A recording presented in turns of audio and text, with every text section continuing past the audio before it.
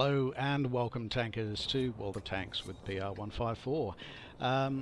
This is the first of what I hope will be many videos featuring replays, either my own or contributions from the community. So let's see how we go.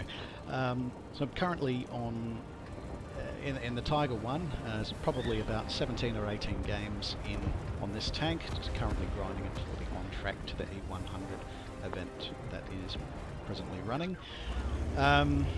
So we've just unlocked all the standard modules.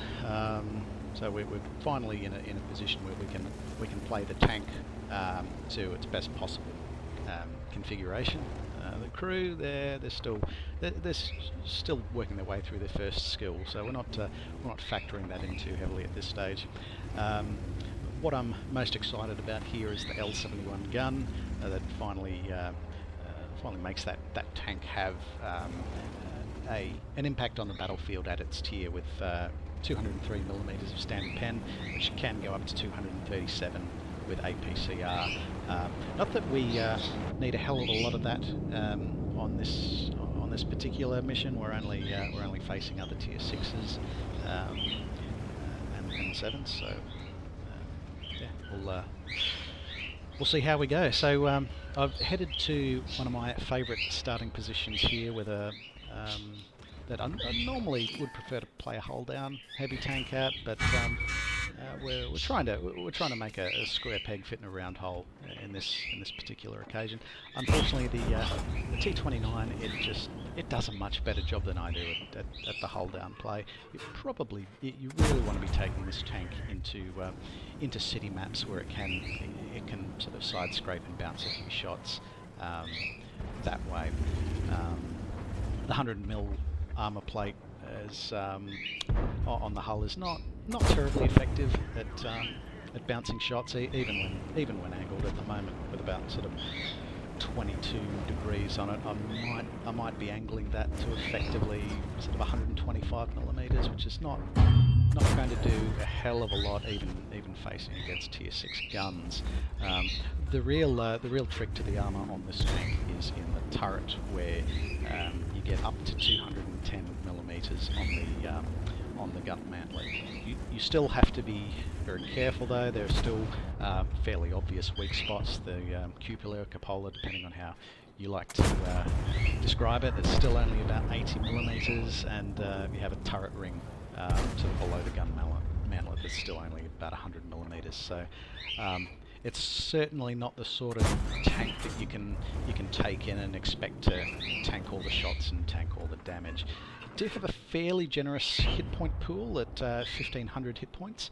I've been able to buff this up to 1650 using the improved Hardening kit, which is something I tend to put on tanks that I'm still grinding through the modules, because the last thing you want to be doing is unlocking a much desired turret or a much desired gun, and all of a sudden your load limit's exceeded. So so that's pretty well a standard piece of equipment mid grind, and look, I quite liked having 1650 hit points.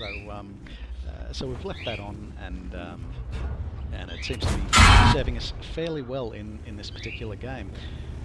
So we've taken the KV2 out from downrange, and a rather boring shot trade can start evolving into actually playing the game. We've been able to push forward, take out this isolated T150, leaving a very low hit point KV85 and the T29 still on full health over in that G0 corner. But the numbers appear to be on our side, without him having taken out 3 enemy tanks and 2 tanks being taken out by the enemy team.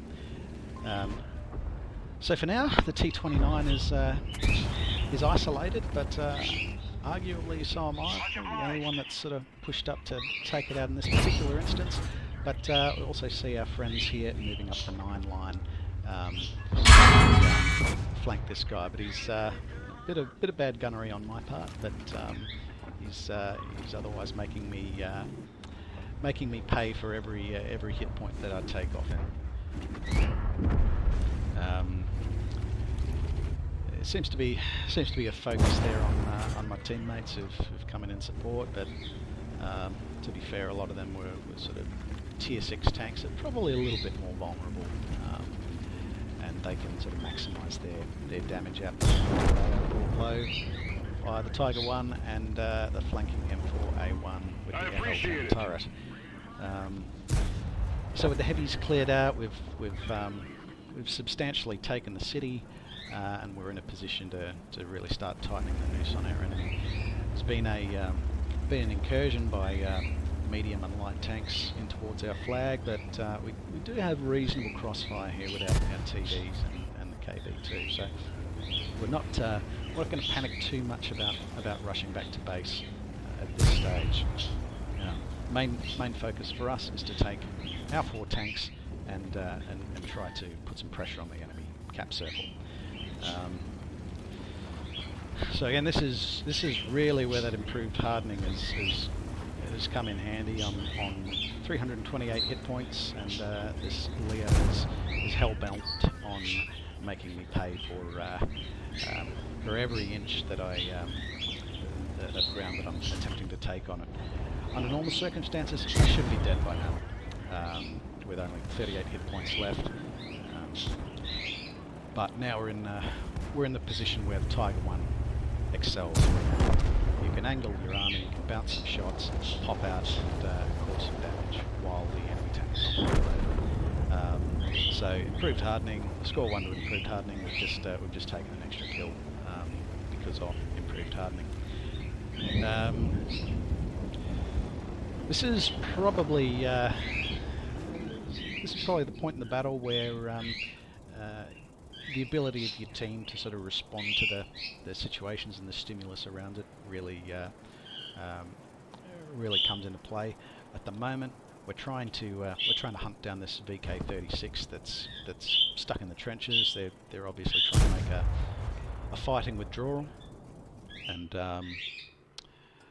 try to rejoin its teammates. There's really no point trying to stay up on our side of the 6 line.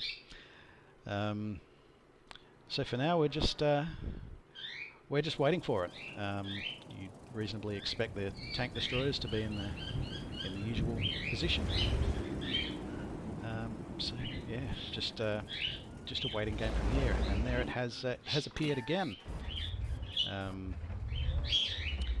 So I've just come off the VK3601 about 20 games prior, and sort of rolled onto the Tiger 1, and certainly one of the challenging things about that tank is you have this tall, rather obvious and centrally located commander's cupola, which just becomes a very easy target in situations like this, where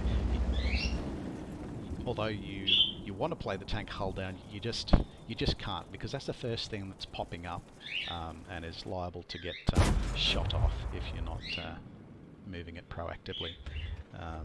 So here we've just tried to clear some of the timber obstructions to vision. We can light it up. Obviously our friendly artillery has cottoned on, and they're starting to drop shells in its general direction. With only 38 hit points, I don't want to expose myself to that tank too much, but with it sort of out of the way, probably feeling a little bit bold, and I kind of wish I hadn't done that, because yeah, we're sort of we're lit. We're shot at by 2 tank destroyers, and the artillery is joined in the fray as well. So we're now down to 17 hit points without improved hardening. Should have died 130 hit points to go, but the T-34-85M sees its opening to take out a tier 7 heavy tank and rolls in. Unfortunately, this is, although the scoreline suggests a strong position,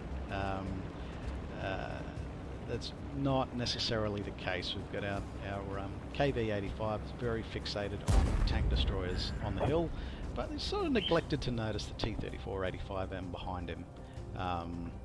And it's not until he's taken a shot and lost his ammo rack that he's become vaguely aware